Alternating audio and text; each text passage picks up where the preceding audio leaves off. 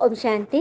आज प्यारे मीठे भगवान की मीठी मुरली मंथन की डेट है 17 नवंबर 2021।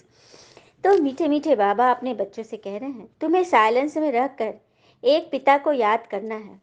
इसमें घंटे आदि बजाने की दरकार नहीं है। तुम्हें साइलेंस में रहकर एक पिता को याद करना है, कोई आवाज करने की दरकार नहीं है। भगवान इस बात को क्लियर कर रहे हैं। भगवान आकर क्या कोई घंटी बजाए? अंधकार, अज्ञान अंधकार में जो हम सोए हुए थे, हम कुंभकर्णों को शांति के 2 अक्षर सुनाए बस। ओम शांति। जो बुद्धिमान होते हैं इन 2 अक्षरों से समझ जाते हैं। बाकी सभी तो ऐसे ही बिना समझे बुलाते रहते हैं, तालियां बजाते रहते हैं। भक्ति मार्ग में हम कितने तरह के नगाड़े, क्या क्या आवाज करते हैं। हाँ, घंटा, घड़ियाल, गीत, भजन, कीर्तन, रोना पीटना सब चलता है। किस्म किस्म के आवाज, मंत्र, जप आदि करते हैं। जबकि ज्ञान मार्ग में तो सिर्फ साइलेंस है। इसलिए भगवान कह रहे साइलेंस में रहकर एक पिता को याद करो। कोई तालियां वालियां बजाने की दरकार नहीं, मतलब शोर शराबा नहीं करना है। शांति से अपने मन और बुद्धि को एकाग्र करके मुझे याद करना है। चलिए, तालियां भी बजती है भक्ति में, तो ये भी एक तरह से सही है, क्योंकि तालियों से बहुत सारी चीज़ें इजी हो जाती हैं। सबसे पहले तो हम बैठे हैं पंगत में, सत्संग में, नींद आ रही है। कभी कभी होता है ना, कोई चीज़ अट नहीं रहा, दिमाग में बाउंस हो रहा है, या कुछ काम याद आ रहा है तो मन नहीं लग रहा वहाँ पे, तो नींद आ रही तो तालियां बजाओ, नींद भागेगी। फिर दूसरा, एक्वा प्रेशर होता है। ताली बजाने से ना एक्वा प्रेशर भी होता है उंगलियों की, और उंगली में ना पूरे शरीर के पॉइंट्स होते हैं, तो ये भी एक हो गया। तीसरा, यदि अगल बगल मक्खी मच्छर है तो वो भी नहीं है, क्योंकि हम बराबर एक्टिव मोड में हैं।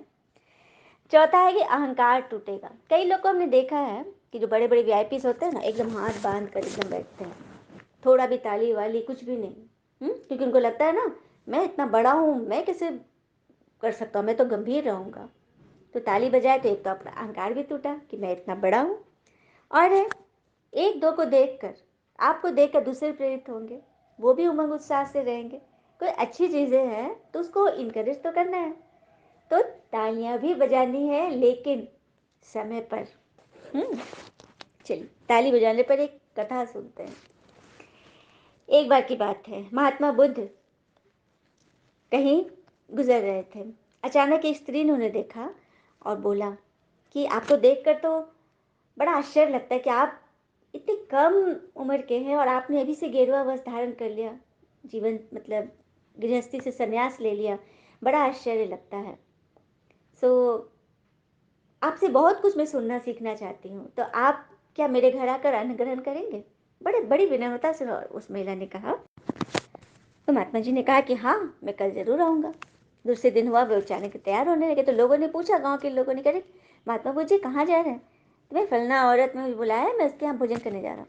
अरे अरे, वहाँ मत जाइए। तो क्यों? महात्मा जी, वो चरित्रहीन औरत है। बुद्धदेव ने सुना, और जिस व्यक्ति ने ऐसा बोला था, बुद्धदेव जी ने उसका एक हाथ पकड़ लिया और बोला कि अब ताली बजाओ। तो हंसने लगा कि एक हाथ से कैसे ताली बजेगी महात्मा जी? तो बोला, यही बात तो मैं कहना चाह रहा हूँ कि यदि वो चरित्रहीन है तो अकेली तो नहीं हो गई, जरूर गांव का कोई पुरुष भी चरित्रहीन हुआ होगा। तभी तो हुई ना।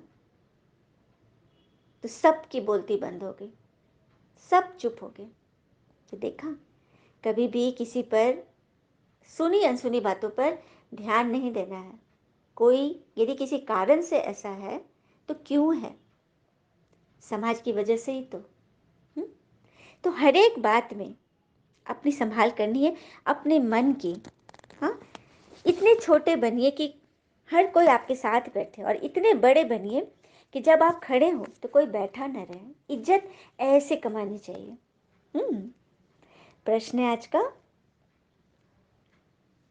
किस बात में पिता समान बनो तो सब कामना सिद्ध हो जाएंगे? किस बात में भगवान के समान बनो तो सब कामना सिद्ध हो जाएंगे? उत्तर, जैसे पिता प्यार का सागर है, वैसे बहुत बहुत प्यारे बनो।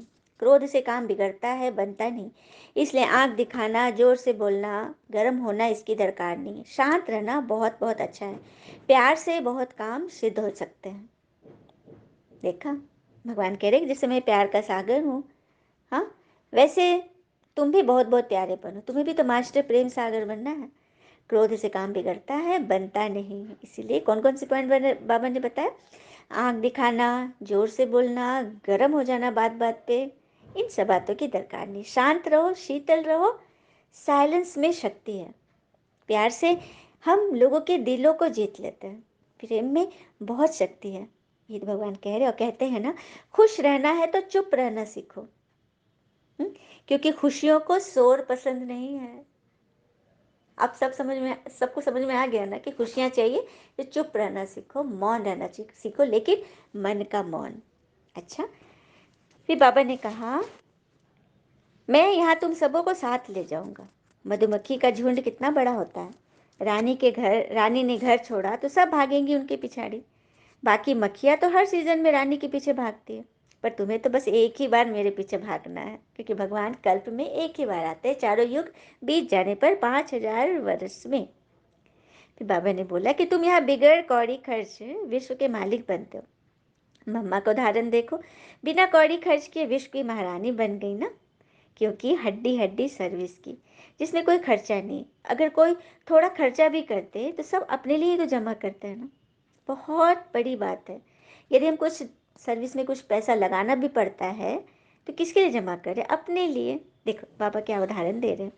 जैसे खेतों में 2 मुट्ठी अन्न से कितने फसल तैयार हो जाते हैं। So sweet. खेतों में हम कितने बीज डालते हैं? 2 मुट्ठी। उससे कितने फसल तैयार हो जाते हैं। एक एक बाली में कितने धान होते हैं। हाँ, तो यहाँ बाबा हमसे 2 मुट्ठी लेकर 21 जन्म की हमारी फसलें तैयार कर रहे हैं।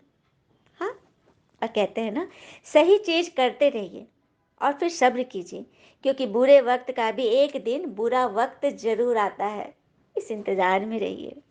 फिर बाबा ने बोला, विकारों का दान देकर फिर लेना नहीं। इसलिए वही बात जो प्रश्न में था, आंखें दिखाना, गर्म होना, हाँ, हड़बड़ाना, जोर से बोलना इत्यादि की कोई दरकार नहीं। इसे काम और बिगड़ता है, बनता नहीं।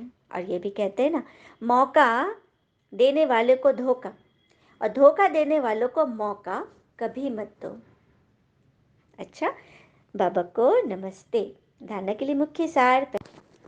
पहली पॉइंट, विकारों का दान देकर वापस नहीं लेना है। मुख से शुभ बोलना है, बहुत मीठा बनना है, पिता के समान प्यार का सागर बनकर रहना है। विकारों का दान देकर वापस नहीं लेना। हमने भगवान से प्रतिज्ञा करी है ना कि हम विकार में नहीं जाएंगे। मुख से सदा शुभ शुभ बोलेंगे, बहुत मीठे रहेंगे, पिता के समान प्यार का सागर बनकर रहेंगे। दूसरी पॉइंट, साइलेंस में रह, बिना कौड़ी खर्चा विश्व की बादशाही लेनी है। पिता की याद में रह, थोड़ा बहुत खर्चा कर 21 जन्मों की आमदनी करनी है। साइलेंस में रह, बिना कौड़ी खर्चा विश्व की बादशाही लेनी है, जैसे मम्मा ने किया। हाँ, पिता की याद में रहकर थोड़ा बहुत खर्चा करके 21 जन्मों की आमदनी लेनी है। थोड़ा मुट्ठी देकर जन्म जन्म की फसलें तैयार करनी है, पुण्य की फसल, है ना। और कहते भी है ना, अगर परछाई कद से और बातें औकात से बड़ी होने लगे तो समझ लेना सूरज डूबने वाला है। तो बहुत कुछ सोच समझ कर चलना है और ईश्वर की याद से स्वयं भी स्वस्थ रहना है, औरों को भी करने की प्रेरणा देनी है। वरदान है आज का, नॉलेज की लाइट द्वारा पुरुषार्थ के मार्ग को सहज और स्पष्ट करने वाले फरिश्ता स्वरूप भव।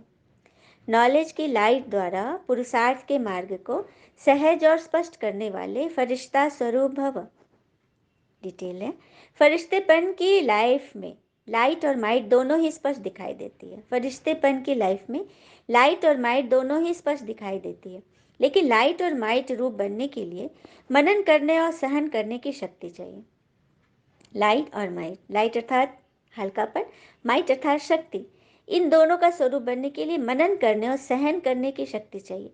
मनसा के लिए मनन शक्ति और वाचा कर्मणा के लिए सहन शक्ति धारण करो, फिर जो भी शब्द बोलेंगे कर्म करेंगे वह उसी के प्रमाण होंगे। देखा, बाबा ने रास्ता बता दिया ना। मन के लिए, मन को शक्तिशाली बनाने के लिए मनन शक्ति, ज्ञान का मनन। बाबा ने क्या बोला, उसको बार बार घोटो। कहते हैं ना, अपनी घोट तो नशा चढ़े। और वाचा और कर्मणा के लिए सहन शक्ति। मुख से व्यर्थ न बोलो, क्योंकि कल भी था ना, ईश्वर ने हमें सब चीज़ दो दिया, आँख कान, हाँ सब कुछ, लेकिन जीव एक दिया है। कम बोलो, मीठा बोलो, धीरे बोलो, तो सहन शक्ति आ जाएगी। तो ऐसे में जब अंदर पवित्रता होगी, शक्ति होगी, तो जो शब्द बोलेंगे, सोचेंगे, करेंगे, वो सफल होगा। अगर ये दोनों शक्तियाँ, तो हर एक के लिए पुरुषार्थ का मार्ग सहज और स्पष्ट हो जाएगा।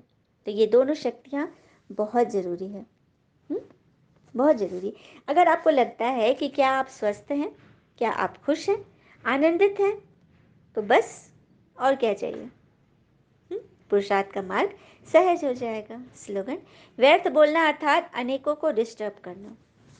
कोई भी व्यर्थ बात बोलेंगे तो क्या होगा, एक तो वातावरण, सबसे पहले आपका मन दूषित होगा, उसके बाद आसपास के वातावरण में फैलेगी और प्रकृति भी दूषित होगी, क्योंकि आपने नेगेटिव वाइब्रेशन एयर में छोड़ दी। उसी से तो कलयुग बन गया ना। जब संस्कार बदले हर एक के मन से, वचन से, कर्म से नेगेटिव निकल रही है, तो संसार बदल गया, युग बदल गया। तो फिर से युग को रिवर्स करने के लिए भगवान आए हैं। अब सबके संस्कार वापस, मीठा बोलना, शुभ बोलना, धीरे बोलना, अच्छा बोलना, जब हर एक ऐसा करेंगे बूंद बूंद से, तो फिर घड़ा भी भर ही जाएगा। अच्छा, ओम शांति। शुक्र है मीठे बाबा, वो बाबा के प्यारे प्यारे बच्चे। Thank you Baba, all is well always. ओम शांति।